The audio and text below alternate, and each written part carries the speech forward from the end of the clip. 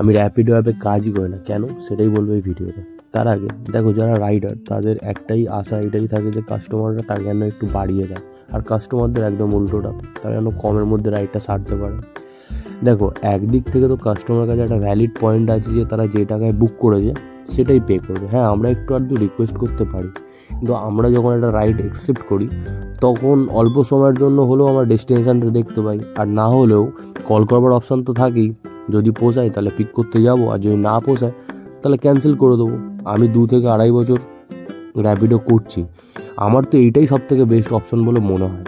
দেখো, সময়ের দাম দুজনেরই আছে, আমাদেরও আছে কাস্টমারেরও আছে। যদি ওই রাইডটা ক্যান্সেল করে আমরা একটু ওয়েট করে নিই, ভালো রাইডও তো পেতে পারি। আর এমনটা হলো আমাদের একটু টিপসও দিয়ে দিল উনি। আমি কারোর জন্য হয়ে কথা বলছি না, কিন্তু কাস্টমারের জায়গায় নিজেকে রেখে দেখো।